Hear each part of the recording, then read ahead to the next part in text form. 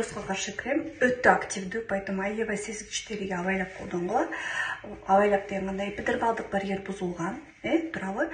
Көбүнчө мындай 80-90-80% айымдардыкы, допустим, кызарып кычышып баштадыбы кремден, андан кийин уже өтүп кетет да, чыдап койсо жашына калып калат. Кээ бирөө өздөрү кичине психикасы дагы слабый болот, а кээ бирөөнүн териси действительно аябай нарушен эпидермальный барьер, поэтому просто кремди анда холодильникке алып коюш керек да, жалаң консультант айткандай өзүн алып жүрүш керек, туура питанияны өзгөртүш керек, витаминдер плюс специальный кремдерди колдонуш керек.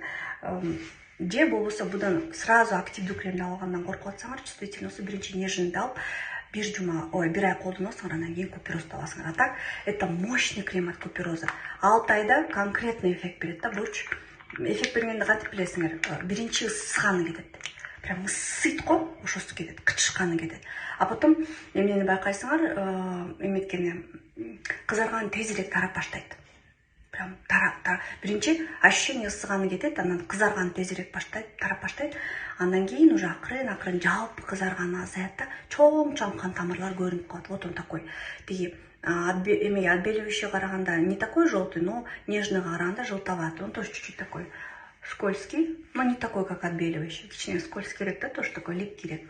Поэтому я его тоже советую вечером, бирок күндүз деле как базу под макияж мен колдоно берем. В принципе, особенно кышында, сонунда, купероз 2 маал деле колдонсоңор сонун болуп калат да. То есть кээде мынтет да, мен кремдериңерди колдонуп анан чоң кан тамырлар көрүнүп калды. Жок, сен жалпы куперозуң кетти, ошол чоң кан тамырлар көрүнүп калды. Бар лазерге, жакшы лазерге, сонун клиникаларга, где опытный специалист именно ошол чыгып калган кан тамырды алып кой. Болду. А так биз куперозуңду дарыладык.